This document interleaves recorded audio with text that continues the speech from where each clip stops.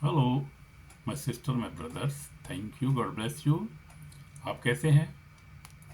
I hope every आप ठीक होंगे। खुदा आपको ब्लेस करे, बरकत दे।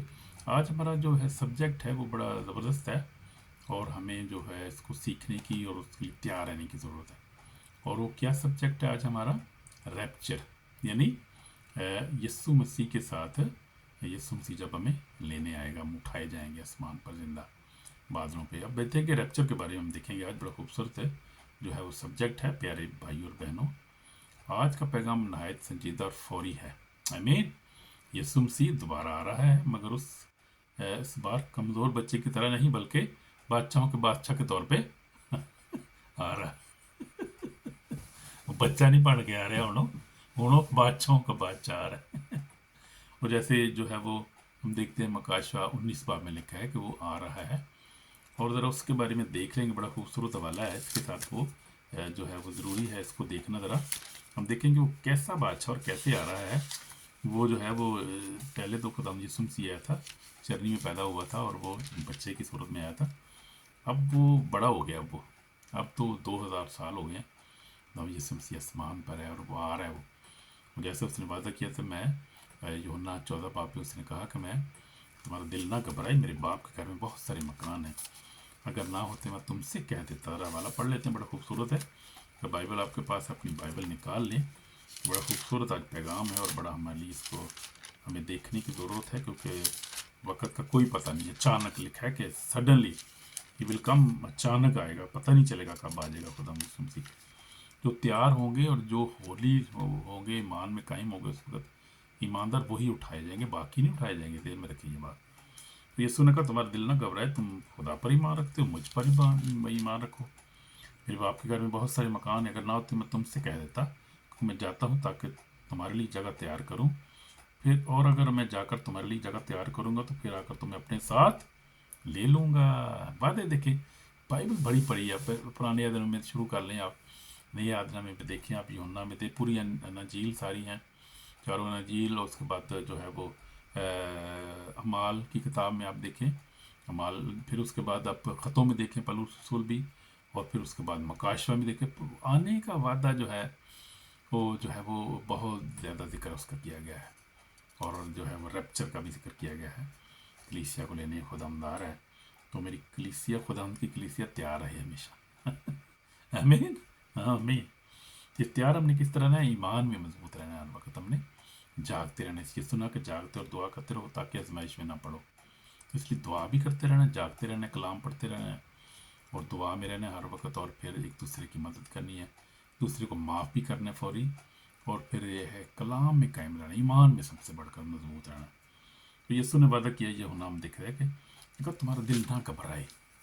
इसलिए इसलिए घबराने की ज़रूरत नहीं है। कलाम में भी लिखा है, हम पढ़ेंगे आगे। दो फर्स्ट तस्सनीकियों और उसका 4 बाप उसके देखेंगे कि क्या लिखा है। खुदा यीशु मसीह जो है वो आ रहा है। और देखेंगे तस्सनीकियों का हवाला पढ़ेंगे, बड़ा खूबसूरत, जो आज हमारा जो है वो मरकज़ी हवाला जो है वो आज तस्सनीकियों का ख़त, पौलुस रसूल का ख़त तस्सनीकियों के नाम। और उसका हम जो पहला बाप और उसके 4 बाप, पहला तस्वीर 4 बाप हम पढ़ेंगे और देखेंगे खुदा हम क्या क्या रहा है हमें इसमें। आमीन, आमीन। God bless you believers. God bless you my brother my sister. तो हम देखेंगे खुदा के कलाम में से खुदा की आमद सानी। फर्स्ट अब बाइबल अपनी निकाल लें तो अच्छा है। फर्स्ट को हवाले काफ़ी होते हैं तो फिर निकाल लें, फिर उसमें देखने में आप ईजी लगेगा। तो ये है कि फर्स्ट तस्सनीकियों और उसका जो है वो चौथा बाप और उसकी हम पढ़ेंगे 13 ऐसे। आए भाइयों, हम नहीं चाहते कि जो सोते हैं उनके बाबत तुम ना वाकिफ रहो, ताकि औरों की मानद ये नाउम्मीद है गम ना करो। क्योंकि जब हमें ये यकीन है कि यीशु मर गया और जी उठा, तो इसी तरह दाऊन को भी जो सो गए हैं यीशु मसीह के वसीला से उसी के साथ ले आएगा। आमीन, आमीन। चुनाचे लिखा है, हम तुमसे खुदावंद के कलाम के मुताबिक कहते हैं कि हम जो जिंदा हैं खुदावंद के आने तक बाकी रहेंगे, सोए हुए हर की तरह आगे ना बढ़ेंगे। क्योंकि खुदावंद खुद आसमान से ललकार और मकर और फरिश्ता की आवाज़ और खुदा के नरसिंगे के साथ और नरसिंगे के साथ उतर आएगा। और पहले तो वो जो मसीह में सोए हुए हैं जी उठेंगे। पहले कौन है? जो सोए हुए हैं, जो खुदाम ने सो गए हैं, जो 2000 साल से भी उससे पहले जो सो गए हैं, जो मसीह में जो सो गए हैं, जो 2000 साल से, हम देखते हैं कि वो जो है क्या होंगे, उठ जाएंगे, सब जिंदा हो जाएंगे, वो कब्रें खुल जाएंगी, जिंदा हो जाएंगे और हवा में उड़ना शुरू कर देंगे। और उसके बाद जो लिखा है लिखा है कि ताकि हवा में उस खुदा उनका इस्तकबाल करें। तो फिर पीछे से पढ़ेंगे क्योंकि खुदा खुद आसमान से ललकार कर फरिश्ता की आवाज़ खुदा के नसीम के साथ उतर आएगा। पहले तो मसीह में है, मुए हैं, जी उठेंगे। फिर हम जो ज़िंदा बाकी होंगे उनके साथ बादलों पर उठाए जाएंगे ताकि हवा में खुदा उनका इस्तकबाल करें, और इस तरह हमेशा खुदा उनके साथ रहेंगे। बस तुम इन बातों से एक दूसरे को तसल्ली दो।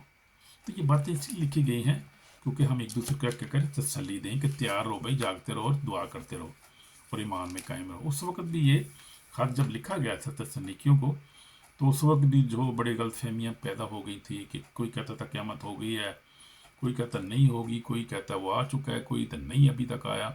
तो कन्फ्यूजन थी उस वक्त कलीसिया में। इसलिए खुदा ने के बंदे ने ये लिखा, ये मुकाशवा हमारे लिए, ताकि जो है हम इसको देखें और फिर तसल्ली रखें, फिर हम तसल्ली में रहें, क्योंकि अभी खुदा जो है आने वाला है और रैप्चर होने वाला है। उसका किसी को कोई पता नहीं है। खुदा यीशु ने कहा ये तो ना फरिश्तों को पता है ना किसी और को, खुदा को पता है कब आएगा।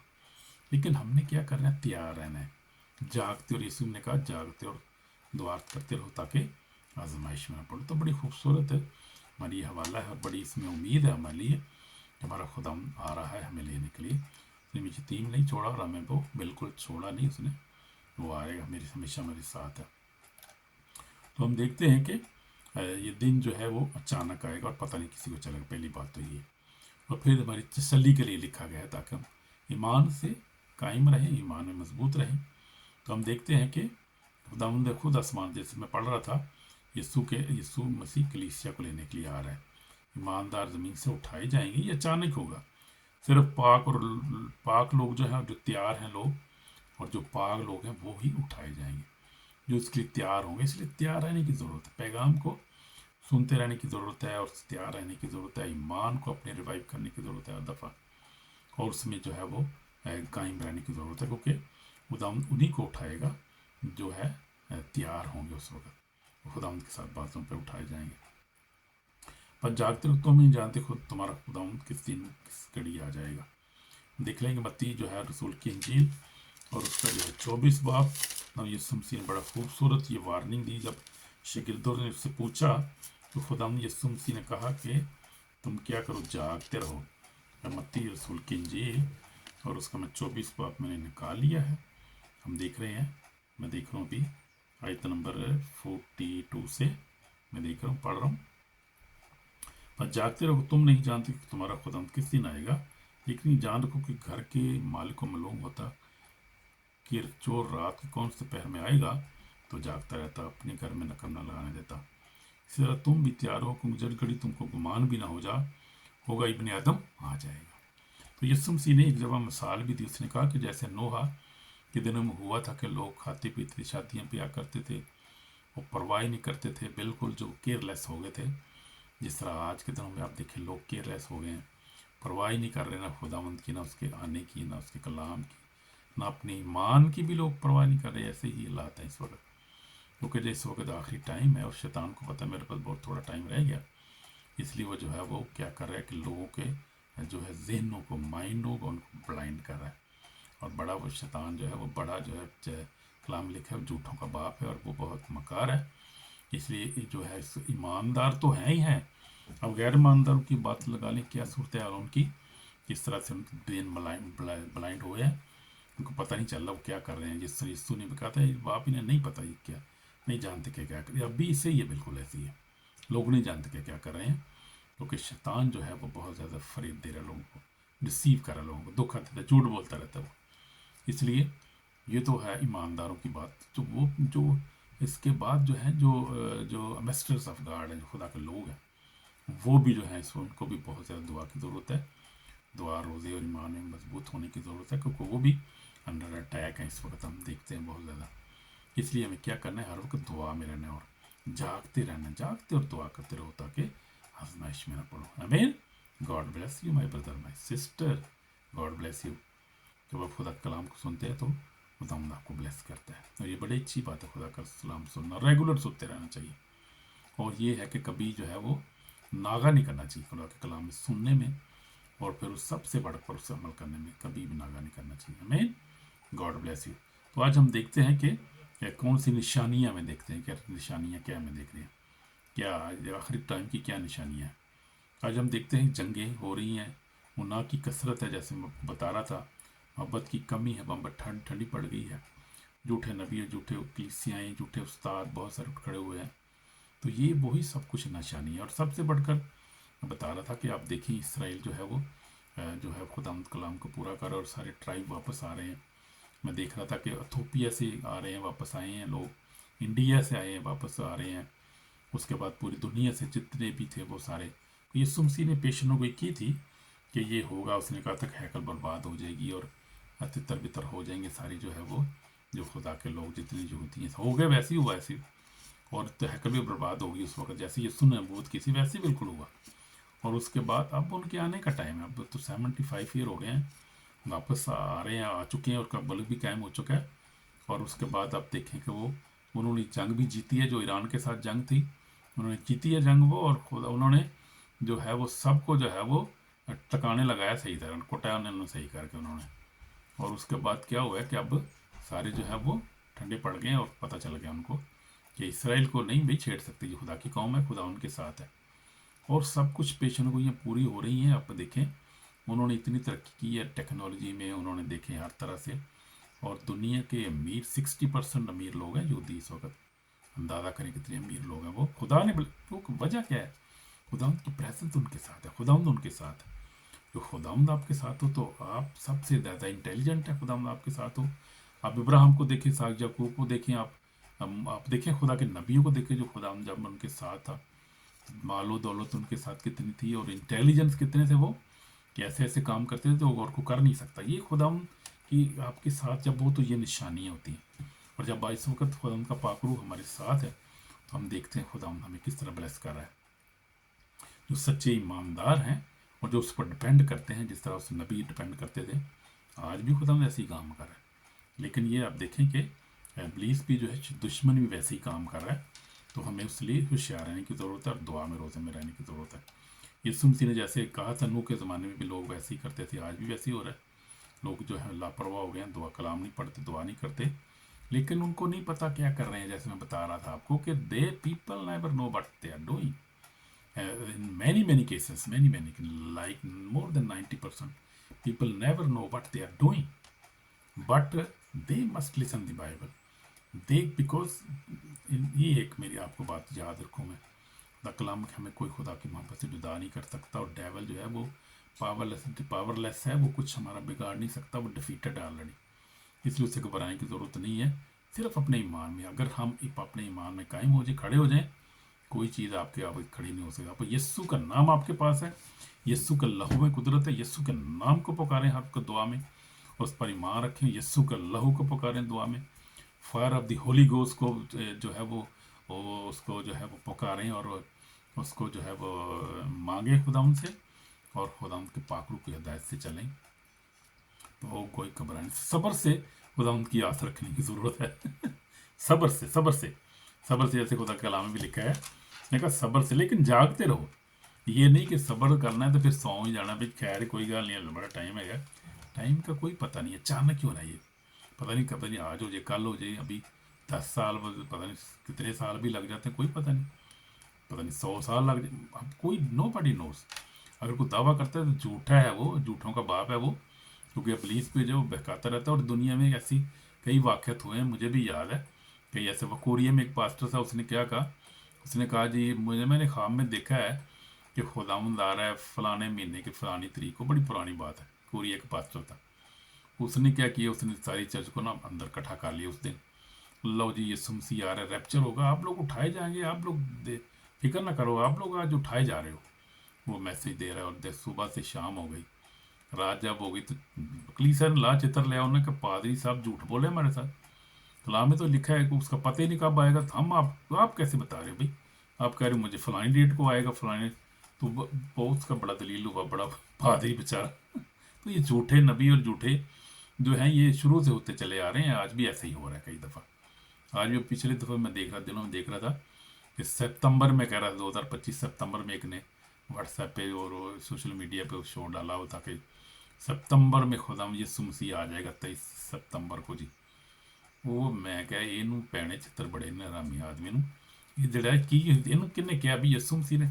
ਤੇ ਖੁਦ ਕਿਹਾ ਸੀ ਕਿ ਕਿਸੇ ਨੂੰ ਪਤਾ ਹੀ ਨਹੀਂ ਚੱਲੇਗਾ ਜਦੋਂ ਆਵਾਂਗਾ ਅਚਾਨਕ ਹੀ ਆਏਗਾ। मैं कि इनू बड़े चित्र वही हाल उसके बाद नजर नहीं आया कि सोशल मीडिया तो बंदा। तो ये होता है अक्सर, इसलिए घबराना नहीं और फिर डिसीव नहीं होना इसको हमेशा। ये खुदा ये बता रहे हैं हमें कि हमें डिसीव नहीं होना, लेकिन ये है कि हमने जो है वो घबराना भी नहीं है और फिर क्या करना है, हमने अपने ईमान पे कायम रहना है। अब हम देखेंगे वो लोग, मैंने अपनी ज़िंदगी में देखा है ये बात मैं भी बता रहा था, मैंने भी अपनी ज़िंदगी में ये चीज़ें सीखी हैं और ईमान से सीखी हैं। उस वक्त जब हम कलाम को पूरा पढ़ते हैं, उस पर अमल करते हैं और खुद पढ़ते हैं। सबसे बड़ी बात ये खुद पढ़ना है, सुने सुनाए पर नहीं जाएं, सुने सुनाए पर कभी भी ना जाएं। खुद पढ़ें कलाम को, पूरा कलाम। मैं तो कहता हूँ आप यानी पैदाइश से लेकर मुकाशवा की किताब को ख़त्म किया करें साल में एक दफ़ा कम अज़ कम पढ़ा करें। कम से कम नया दनामा जो है ना मत्ती से लेकर, मैं तो ऐसे अब ऐसे ही करता हूँ क्योंकि मैंने कह दी काफ़ी दफ़ा जो पुराना है दनामे से लेकर जो ख़त्म किया बहुत दफ़ा बाइबल को। अब मैं सिर्फ जो है वो ज़बूर पढ़ता हूँ या उसके बाद मत्ती से लेकर फिर मुकाशवा में चलता रहता है, हर रोज़ पढ़ता हूँ उसमें से। फिर ख़त्म हो जाता है मुकाशवा जाकर फिर मत्ती शुरू कर लेता हूँ। तो मैं तो डेली जो है वो 46 साल से पढ़ रहा हूँ बाइबल, जब मैंने खुदा को कबूल किया था। और ये उस वक्त टाइम था, ये 5 जून 1979 का दिन था, वो खूबसूरत मुबारक दिन था जब मैंने एक मीटिंग में खुदा को कबूल किया था अपना शख्सी नजात देंदा। मेरे साथ और भी तकरीबन 40 और स्टूडेंट्स थे। हम लोग स्कूल छोटे थे, पढ़ रहे थे, कॉलेज स्कूल में थे, हाई स्कूल में मैं था। तो उस वक्त उस बात के बाद मैंने बाइबल को पढ़ना, कलाम को पढ़ना, उस पर अमल करना शुरू कर दिया और अपनी ज़िंदगी को कुछ आहिस्ता आहिस्ता खुदा कलाम डालता गया, खुदा का पाक रूह मुझे डालता गया, चेंज करता गया। तो फिर अब तो जो है वो 46 ईयर तो बूढ़े हो गए खुदा में, 46 ईयर के हो गए हैं, काफ़ी हो गए अब तो, एजड हो गए अब तो मसीह में हम। तो ये बात है। तो लेकिन ये बड़ी वार्निंग की बात अभी मैं आपको ज़रा बता रहा हूँ, ज़रा कान खड़े कर लो भाइयों, ज़रा सुनो ज़रा अब क्या होगा, कौन लोग हैं जो वो शामिल नहीं होंगे उस रैप्चर में। ये बड़ी अब खूबसूरत बात है और हमें इसको याद रखने की ज़रूरत है। नीम दिल ईमानदार हैं जो क्या है, जो ये नीम दिल होंगे, जो यानी जो ईमान में मजबूत नहीं होंगे, जो और जो है वो क्या कहते हैं वो अद्धे ईमानदार होंगे। अद्धा पैर इदा अद्धा पैर इदा कहते हैं, जो ये अद्धा पैर अंदर से अद्धा बाहर, यानी नीम दिल ईमानदार जो वो नहीं रैप्चर होंगे, वो नहीं जाएंगे, खुद उससे रैप्चर में शामिल नहीं होंगे। फिर खुफिया गुनाह में रहने वाले लोग हैं, वो जो गुनाह करते रहते हैं और छुप के करते हैं, यानी कि कमरे में बंद हो गए, टॉयलेट से बढ़ के गुनाह करते रहे बह के, समझ देने कि किसी पता नहीं चल रहा था, मैंने बंद कर ली, खैर है किसी को पता चलना पाई जो मर्जी करा मैं। ये आपकी बहुत बड़ी गलतफहमी और आपको शैतान डिसीव कर रहा है, बहुत बड़ा डिसीवर है लिखा है और झूठों का बाप है वो। इसलिए कभी भी ना सोचें कि आपके गुनाह किसी को पता नहीं चलेगा और वो भी जो है वो उठाए नहीं जाएंगे। वो जो गुनाह में मुसलसल रहते हैं तोबा ही नहीं करते, तोबा करने की ज़रूरत है। भाई गिर जाना कोई बड़ी बात नहीं है, नबी भी गिर गए थे लेकिन वो उठ खड़े और तोबा की। और जब दौद भी देखा हमने कैसा उसने गुनाह किया था, मूसा को देखे कत्ल कर दिया उसने, तोबा कर ली, कोई खुदा ने उसके बाद पूछा भी नहीं उसको। अब पतरस को देखे इनकार कर दिया उसके सामने, उसको पूछा भी नहीं खुदा ने, तोबा कर ली उसने ना। तो बात पलूस देखिए बाइबल बड़ी पड़ी इस चीज़ों से। ये ना सोचे कि मैंने अब गुनाह कर लिया तो मेरी माफ़ी हो ही नहीं सकती, मैंने इतने बड़े गुनाह, कभी भी ऐसा ना। जितने बड़े आप गुनाहगार हैं उतनी आप ज़्यादा माफ़ी के हकदार हैं, ज़्यादा आपको खुदा प्यार करेगा, उतना ही ज़्यादा आपको प्यार करता है। क्योंकि इसलिए खुदा गुनाह से नफरत करता है लेकिन गुनाहगार से क्या करता है, वो प्यार करता है। क्योंकि पता नहीं चलता इंसान को कि इंसान कब गिर जाता है। कोशिश करते हैं, इरादा भी करते हैं कि अब नहीं करेंगे हम, फिर भी गिर जाते हैं क्योंकि पता नहीं। Devil is manipulating lives and minds, वो माइंड्स को ब्लाइंड कर देता है और इंसान को पता ही नहीं चलता कि वो क्या कर रहा है। कर लेता तो फिर वो हुए यार तोबा करता, फिर कई रोंदे ने, कई जो पछताते हैं वो फिर ऐसे ही होता है। मेरे साथ भी ऐसा होता है भाई, मैं कहता हूँ हर एक इंसान के साथ, कोई ऐसा नहीं कह सकता कि मैं नहीं हो सका, मैं तो बड़ा पाक हूँ, मैंने कभी गुनाह किए ही नहीं। कोई ऐसा कोई दावा करने वाला मुझे दिखा दें जो ऐसा बंदा झूठा है। कलाम में लिखा है, यूना रसूल कहता है कि जो कहता है कि मैंने गुनाह नहीं किया वो झूठा है और उसने वो खुदा को नहीं जानता और ईमानदार भी नहीं है वो। इसलिए गुनाह हो जाता है, लेकिन उसको तोबा कर लें भाई, डिपेंड करें, कोई बात नहीं। खैर है, साढ़े इंसानों वाले गुनाह होंगे ना, कोई केड़ी गल हो गई। इंसान ही गुनाह करता है ना, कमज़ोर है दुनिया में। अगर आसमान पर होते नहीं, कभी नहीं करते। और वो लोग जो गुनाह करते रहते हैं, तोबा नहीं करते, एक पहली दूसरी बात। तीसरी बात, वो जो माफ़ नहीं करते एक दूसरे को ना, बीवी को नहीं माफ़ करते, हस्बैंड को नहीं माफ़ करते। उसके बाद क्या होता है कि मुसलसल जो है वो अनफॉरगिव्स में रहते हैं, अनफॉरगिवनेस की स्पिरिट में रहते हैं, और फिर हर वक्त गुस्से में रहते हैं और रिवेंज, बदला लेने की कुछ वो सोच करते रहते हैं, सोचते रहते हैं कि मैंने किस तरह इनू बदला लेना, यार मैं इस तरह करना, कोई ना इनू मरवा दा किसी को, इस बंदे मैं या इस तरह करा कि यार इन्हें बड़ी ज्यादा की साढ़ा। मतलब हर वक्त शैतान जो है ऑपरेट करता है, फिर वो इंसान को नहीं पता क्या हो रहा है, और शैतान उसको जो है कंट्रोल कर लेता है, उस गुस्से को, उस अनफॉरगिवनेस को।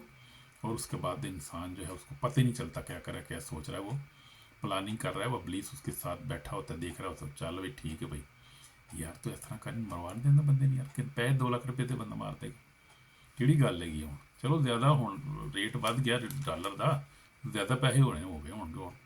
लेकिन बात तो वही है, तो क्या हुआ फ़ायदा आपको। गुनाह से एक गुनाह से ज़्यादा गुनाह बढ़ता जाता है फिर वो, और फिर माफ़ी भी नहीं है, हमेशा की ज़िंदगी में दाखिल भी नहीं होगा जो माफ़ नहीं करेंगे। तो और फिर क्या, वो रैप्चर भी नहीं होगा उनको। इसलिए माफ़ कर देना है, ताकि आप जो है वो इब्लीस को मौका ना दें, ना उस सोच में दोबारा जाएं। माफ़ कर दे और भूल जाए, यार कोई बात नहीं, अपना अपना था या गैर था, कुछ भी ज़्यादती की है किसी ने, कोई, मैं बताता रहता हूँ यार, खुदा ने मुझे भी बड़ी बरकत दी है, और मैंने पीछे पाकिस्तान में मैं 70-80 लाख रुपए लोगों को छड़ गया हूँ। मैं कहा कोई बात नहीं, खुदा आपको बरकत दे।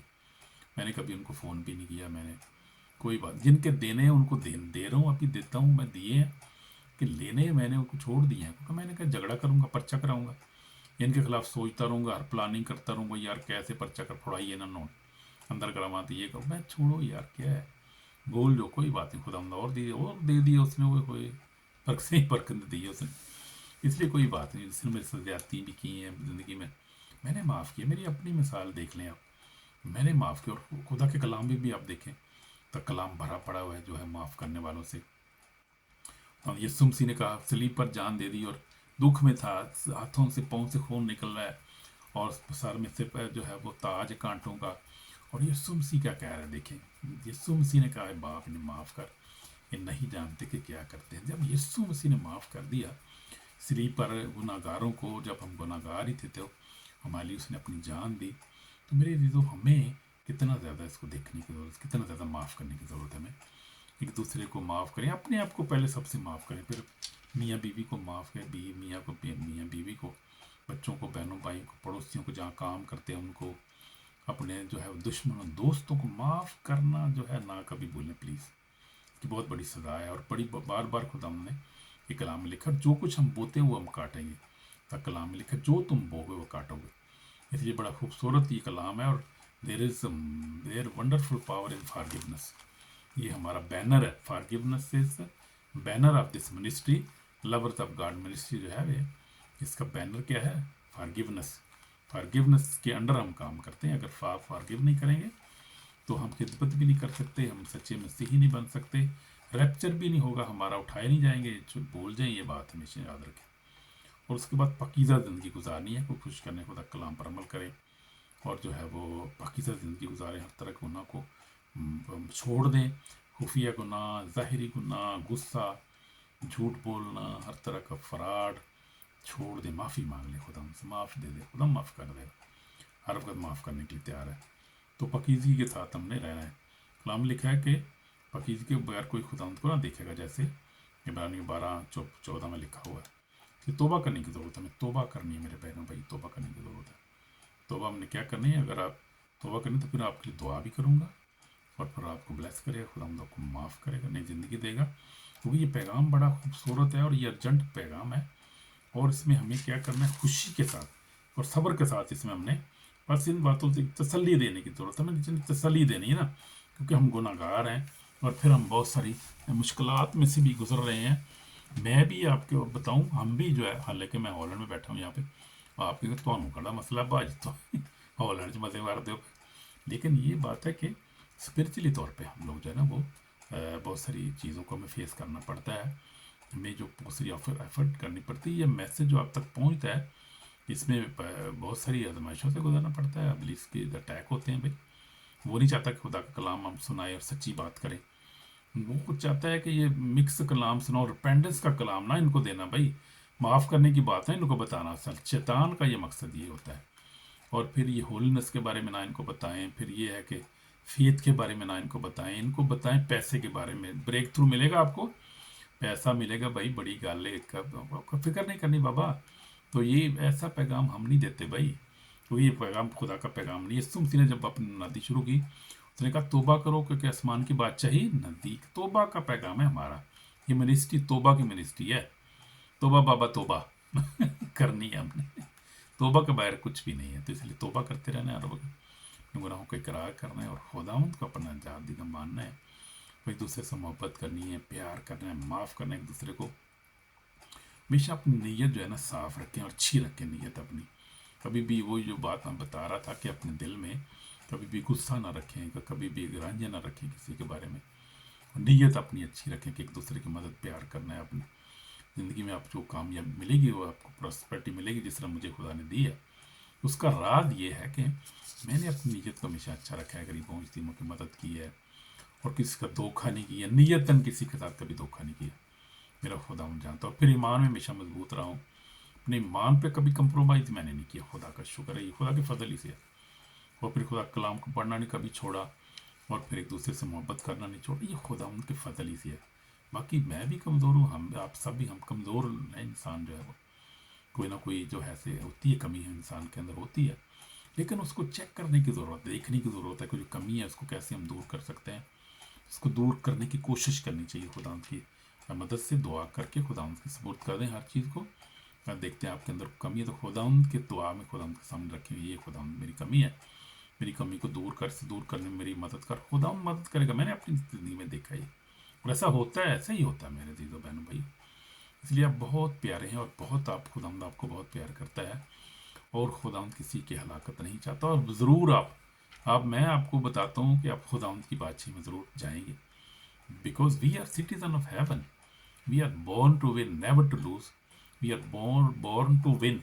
मैं जब दुआ करता हूँ ना, मैं ये कहता हूँ कि we are born to win, never to lose, we are citizen of heaven, we are chosen generation, we are royal princehood, so we are citizen of heaven. पर तो खुदा ने ऑलरेडी हमें चुन लिया है, हमें माफ़ किया उसने हमें ऑलरेडी, तो उससे जो खुदा का जो फजल हम पर हुआ है, उस फजल को जो है वो उसको कायम रखना है, उसमें सब्र से। इस पर सबसे बड़ी जो इस बात यहाँ पर कही गई है, रैप्चर के बारे में परेशान नहीं होना कि रैप्चर हो रहा है यार क्या होगा, कुछ भी नहीं होगा। आप खुदा पे कायम है, ईमान में कायम है, तो आप उठाए जाएंगे। देखते हैं आप ईमान में मजबूत रहें, कायम रहें।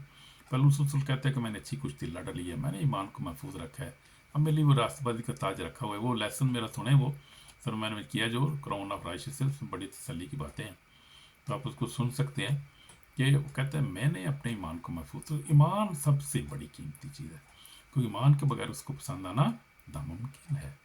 बाकी माफ़ वो कर देगा, उसको पता है दुनिया में गुनाह करते हैं, खैर माफ़ कर देगा वो, लेकिन ईमान के बगैर किसी को उसको पसंद आना नामुमकिन है।